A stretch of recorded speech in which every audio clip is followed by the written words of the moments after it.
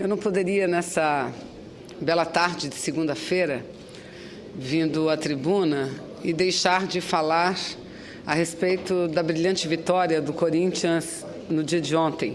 Ontem, pela manhã, muito cedo no Brasil, em grande parte dos estados brasileiros, às 8h30 da manhã, e no meu estado, na minha cidade de Manaus, o jogo foi transmitido, senador Waldir Raupp, às 6h30 da manhã, mas a cidade impressionante, toda acordada para assistir o jogo do Corinthians, que no dia de ontem era a seleção brasileira contra a seleção dos ingleses, contra o Chelsea. Então eu quero cumprimentar não apenas a nação corintiana, os dirigentes, os jogadores, mas o nosso país. Que, afinal de contas, uma vitória, uma alegria como essa, que tenho certeza não é a alegria apenas dos corintianos, mas também dos flamenguistas, dos palmeirenses, porque, repito, um jogo de tanta importância internacional, todos, nesse momento, vestem a camisa verde e amarela, que ontem foi traduzida na camisa preta e branca. Então, cumprimentar o time pela belíssima vitória e por mais um título que traz ao futebol brasileiro. Isso é muito importante no momento em que estamos nos preparando para receber o maior campeonato esportivo do mundo, que é a Copa do Mundo em 2014. E acho também, senhor presidente, que fica uma lição que, às vezes, não basta terem o time ter os melhores jogadores, os melhores talentos individuais. Os talentos são muito importantes, mas é preciso ter uma boa unidade, uma boa união e um esquema tático importante. Óbvio que, se tratando de Corinthians, a vitória no dia de ontem foi uma vitória sofrida, não é? Mas, enfim, cumprimentar todos aí pela belíssima conquista no dia de ontem. Senhor presidente, mas eu venho à tribuna para, mais uma vez, falar a respeito de algumas matérias importantes que constam da pauta e que dificilmente eu vejo alguma possibilidade de avançarmos ainda neste ano de 2012, visto que estamos vivenciando a última semana de funcionamento do Poder Legislativo de nosso país. E eu aqui quero me referir especialmente à necessidade da promoção de uma reforma tributária que trate de assuntos relativos à legislação de ICMS, porque o que vivemos no país é uma verdadeira guerra fiscal. Um tema muito difícil, assim como qualquer outro tema vinculado à questão tributária, senhor presidente, porque nessa hora, quando debatemos uma matéria que envolve transferências de recursos federais para os estados, transferências de recursos dos estados para os municípios, obviamente que o que move e o que orienta parlamentares, sejam deputados, deputadas, senadoras ou senadores, são os interesses de cada uma de nossas unidades da federação. Então, é um tema extremamente delicado e um tema onde todos os jogadores, todos os players entram em campo e nenhum entra imaginando em perder qualquer coisa que seja. E não pode ser diferente. Imagina uma bancada aqui de qualquer estado concordar ou aceitar com a tramitação ou aprovação, votação sequer de uma matéria, se aquela matéria, se o conteúdo daquele projeto trará perdas financeiras, econômicas a curto, médio e longo prazo para os seus estados, para as suas unidades da federação. Então é óbvio que, por si só, este é um tema muito delicado. Entretanto, senhor presidente, penso que é cada dia mais claro, cada dia mais evidente a necessidade que o Brasil tem de promover uma reforma, e principalmente uma reforma que envolva esse que é o tributo estadual mais importante, que é o ICMS, Imposto sobre Circulação de Mercadorias e Serviços. Esse é o principal tributo, é a principal fonte de arrecadação da grande maioria dos governos dos nossos estados, dos estados brasileiros. Hoje, infelizmente, por conta da legislação e até mesmo por conta do descumprimento da legislação, senhor presidente, esse tributo ele vem servindo muito como uma forma que os estados encontram de incentivar as indústrias que se instalam no Brasil e assim poder atrair empreendimentos para os seus estados. E atrair empreendimentos significa levar emprego, levar recursos, melhorar a situação de cada uma de suas unidades da federação. Entretanto, senhor presidente, o custo que isso vem causando ao Brasil e a cada um desses estados é um custo que precisa ser reavaliado. Não é à toa que esse debate já está sobre a mesa há muito tempo. Tentou-se, no passado, mudar a cobrança do ICMS da origem para o destino, uma proposta que não avançou porque não recebeu da maior parte dos estados brasileiros e de suas representações políticas qualquer tipo de apoiamento. O que nós percebemos, entretanto, é que nas últimas semanas vem tomando corpo a possibilidade de viabilizarmos uma reforma relativa a esse tributo, com o objetivo maior de acabar com a guerra fiscal, com o objetivo maior de permitir uma maior saúde às finanças dos estados brasileiros. E a proposta que tem sido posta à mesa, e aqui no Senado, na Comissão de Assuntos Econômicos, nós já tivemos, nas últimas semanas, 2 debates muito importantes acerca deste assunto. O primeiro deles com a presença do ministro Guido Mantega e o segundo com a presença de secretários de vários estados brasileiros, secretários de Fazenda. E tudo indica que estamos caminhando para a formação, se não de um consenso, mas de uma proposta que obtenha uma amplíssima maioria e apoiamento. Tudo indica que essa proposta deverá ficar em torno do estabelecimento de uma alíquota única de ICMS interestadual no Brasil, ou seja, todos os estados brasileiros praticariam uma única alíquota de ICMS, que chegaria, após um período de transição de aproximadamente 8 anos, ao patamar de 4%.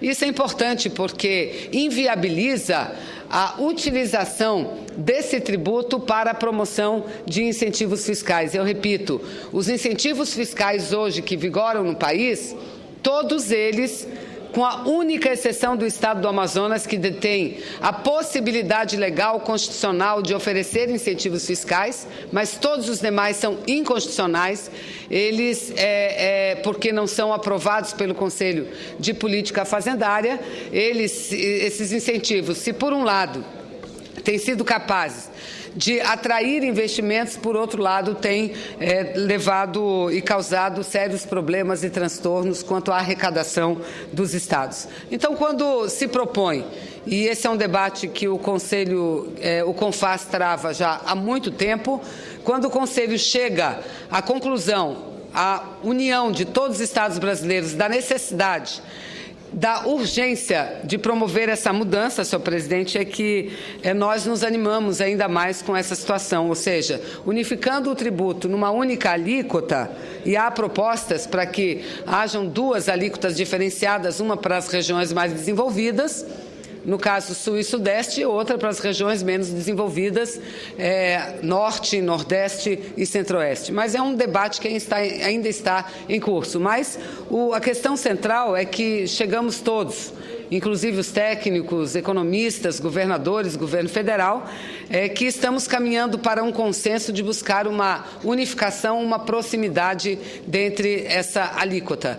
E o que é importante, que quero aqui destacar, senhor presidente, é que quando a proposta chegou quando chegou para o Congresso Nacional, tendo sido apresentada pela primeira vez pelo ministro Guido Mantega, ficou clara a defesa que o governo federal faz em relação à Zona Franca de Manaus. Senador Waldir Raupp, nós que ouvimos o presidente Sarney falar hoje longamente durante a sessão de homenagem aos 40 anos da Rede Amazônica de Televisão, ouvimos da Sua Excelência, o presidente dessa casa, dizer onde foi e como foi dentro de um navio uma reunião em Manaus, capital do estado do Amazonas, no início da década de 60, que discutiu a criação da Sudam, a criação de vários órgãos importantes, inclusive da Zona Franca de Manaus. E hoje é também um modelo de mais de 45 anos, vitorioso, que tem contribuído muito com a nossa região. Então é óbvio, quando discutimos uma reforma tributária, mudança na legislação de ICMS, é óbvio que para que a Zona Franca seja preservada, tem de haver a exceção ao modelo Zona Franca de Manaus. E o próprio governo federal é que chega ao Senado Federal, chega ao Congresso Nacional, apresenta a sua proposta e defende a excepcionalidade da Zona Franca de Manaus. E para concluir, senhor presidente, eu quero apenas dizer o seguinte: considero que esse ano nós já tenhamos dado avanços significativos e importantes. Tivemos, repito, 2 debates importantes, uma divergência aqui, outra ali, mas considero fundamental o fato de que possamos fechar o ano tendo uma boa costura para o ano que vem, ou seja, um acerto quase que pré-estabelecido para que ano que vem a gente possa avançar no sentido de aprovar as mudanças necessárias, porque o quadro como está hoje não pode permanecer. Eu, inclusive, durante uma das audiências públicas, fiz uma referência muito especial, especialíssima, ao secretário de Finanças, ao secretário da Fazenda do Estado de São Paulo, o doutor André Calab, estado com o qual o Amazonas tem tido os maiores embates no Poder Judiciário, senhor presidente. Fiz uma referência importante e dizendo, inclusive, que o São Paulo é o estado mais desenvolvido desse país, que concentra sozinho grande parte da produção brasileira e que é o estado que mais tem praticado guerra fiscal no país. Ocorre que, nesses últimos dias, a mídia brasileira, a imprensa nacional, tem divulgado com insistência uma matéria vinda do governo de São Paulo, sobretudo do secretário Calab, dizendo que após o ingresso de uma DIN, de uma ação de inconstitucionalidade, feita pelo Estado do Amazonas, junto ao Supremo Tribunal Federal, questionando incentivos fiscais que o Estado de São Paulo estava dando de ICMS para o segmento de informática, que após isso houve um decréscimo no faturamento das indústrias de informática instaladas naquele estado na ordem de 10% e que novas medidas estariam sendo estudadas para serem adotadas, senador Raupp. Veja bem, abre aspas, o que diz o secretário Calab: o governo paulista está respeitando a decisão do Supremo, mas temos outros mecanismos para buscar um equilíbrio que foi desfeito com essa liminar. A liminar favorável ao Estado do Amazonas e que diz que qualquer incentivo fiscal é ilegal dado de ICMS sem que passe pelo crivo do CONFAS. Então, o secretário não só de Finanças, mas também secretário de Indústria, o deputado Júlio Semeghini, dizendo que estão ultimando os últimos esforços, as últimas tratativas para lançar aquilo que eles dizem ser a nova forma de incentivar esse segmento. Olha, eu acredito, São Paulo ele concentra 50% da produção de bens de informática do país. Não precisa conceder novos incentivos para tirar os outros 50% que estão espalhados pelo Brasil afora. Não é somente Amazonas, é Bahia, Rio Grande do Sul, vários estados brasileiros detêm parte pequena da produção. Minuto eu concluo, senhor presidente. Então, nós não podemos aceitar que, por vias transversas, a Constituição continue sendo desrespeitada. Nós não queremos, de maneira nenhuma, discutir com o Estado de São Paulo. De jeito nenhum. O que nós queremos é encontrar uma boa solução para o Amazonas, uma boa solução para São Paulo. Agora, encontrar por caminhos transversos uma forma de rever aquilo que a Justiça disse que não mais pode ser feito, não é algo que a gente possa concordar de forma a nos silenciar, senhor presidente. Então é por isso que eu digo que é com muita alegria que eu falo que vejo muito próximo o tempo de que isso acabe no país, que cada unidade possa, dentro do seu limite, do mais estrito poder legal, definir aquilo que é melhor para o seu Estado, mas aquilo que é melhor para o Brasil também. Portanto, espero que essa medida não venha a partir do governo do Estado de São Paulo e que a gente possa continuar seguindo, trabalhando sem qualquer transtorno. Obrigada.